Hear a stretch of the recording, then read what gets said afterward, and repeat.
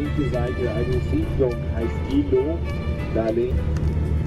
Weiterfahrt nach Bethlehem.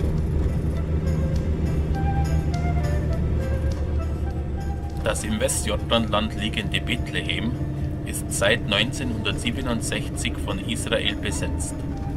Der Name bedeutet Haus des Brotes.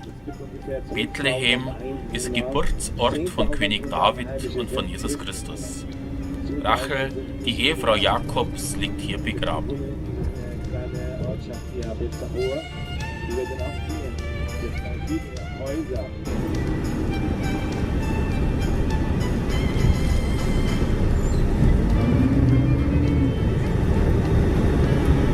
Hier gibt es viele Kirchen, wo betreut von den Franziskaner oder von den Griechen aufgewachsen. Das sind auch vorher dann hier also wirklich mit Missionen gemacht. Da ist eine Schule 2 auch, die machen so Strafen. Alle fleißig mit Strafengeschichte.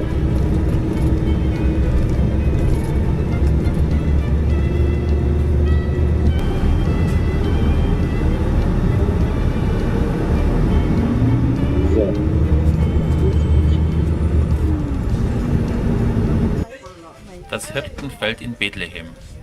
Hier feiern wir wieder einen Gottesdienst.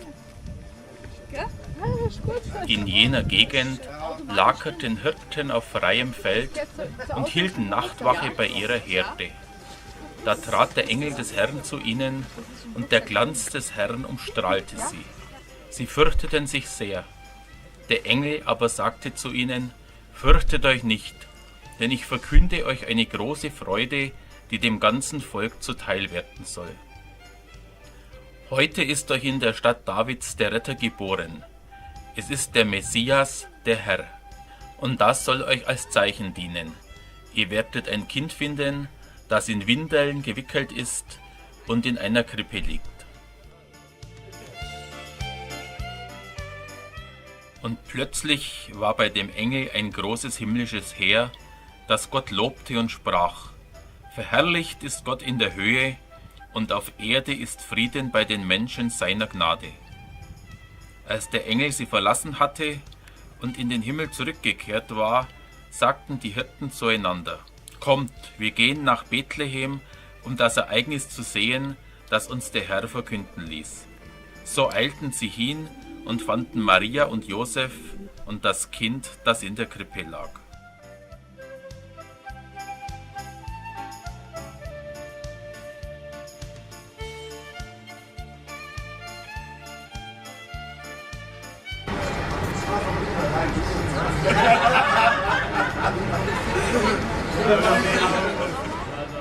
Hassan mit seiner geliebten mittäglichen Wasserpfeife und 2 unserer Pallis. Mit dem Westjordanland, ja?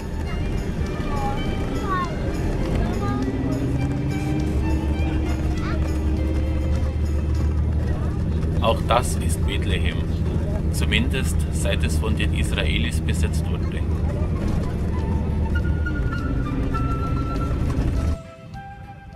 Dabei könnte es hier so schön sein, wenn die Menschen endlich den Frieden halten würden, den der Engel in der Geburtsnacht Christi verkündet hat.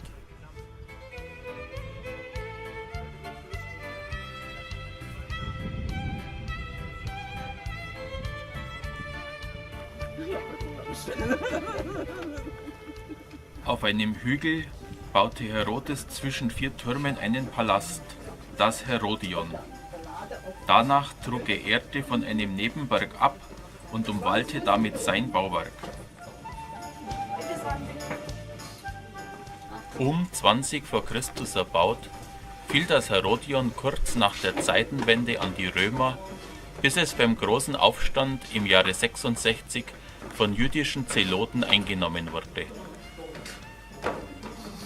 Nach 4 Jahren von den Römern zurückerobert, stand es für Jahrzehnte leer, bis es während des Bar Kochba-Aufstands im Jahr 132 erneut zum Unterschlupf für jüdische Rebellen wurde. Aus dieser Zeit stammt die Tunnelanlage, durch die wir uns im Moment bewegen und die erst vor kurzem entdeckt wurde. Nach der Niederschlagung der Revolte im Jahr 135 blieb das Herodion für einige Jahrhunderte ungenutzt, bis sich eine größere Gruppe byzantinischer Mönche vom 5. bis 7. Jahrhundert hier niederließ und 4 Kirchen baute. Nach dem Einfall der Perser im 7. Jahrhundert blieb das Herodion verlassen, bis sich vor einigen Jahrzehnten Beduinen in der Umgebung ansiedelten. Doch erst ab 1962 fanden hier Ausgrabungen statt und 1967 wurde das Herodion für Besucher zugänglich gemacht.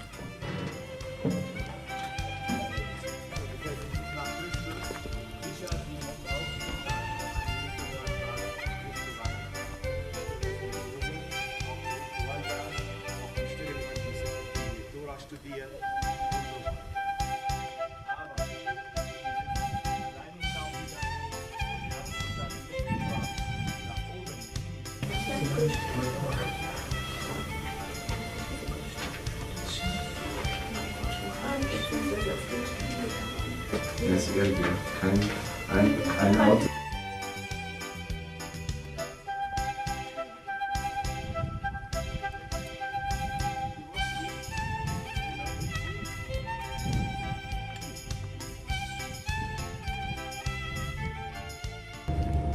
Nach einer kurzen Busfahrt gibt es Mittagessen im Beduinenzelt. Aber mit Aroma so, oder? Ja,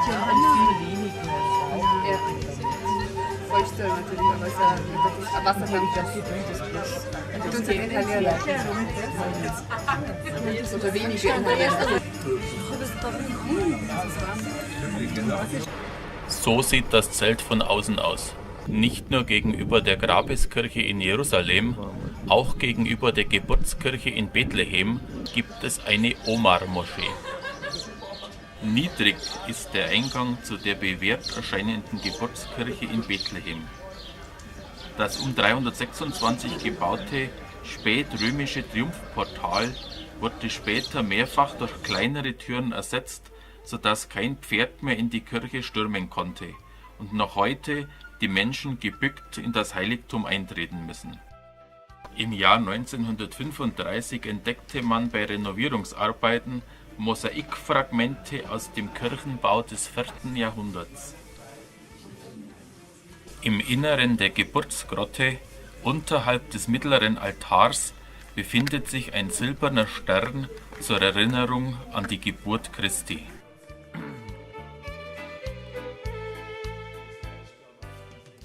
Neben der Geburtskirche befindet sich die Katharinakirche.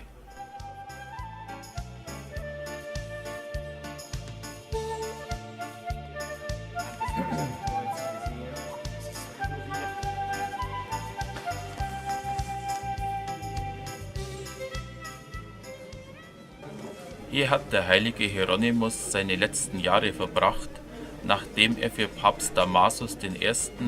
die als Vulgata bekannte lateinische Bibelübersetzung geschrieben hatte.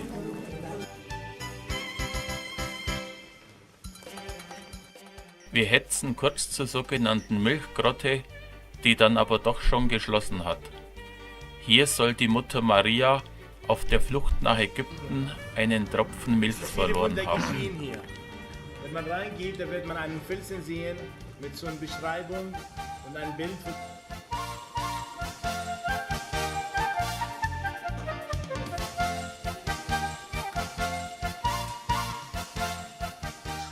Somit bleibt noch etwas Zeit, um nochmals die Geburtsgrotte kurz aufzusuchen.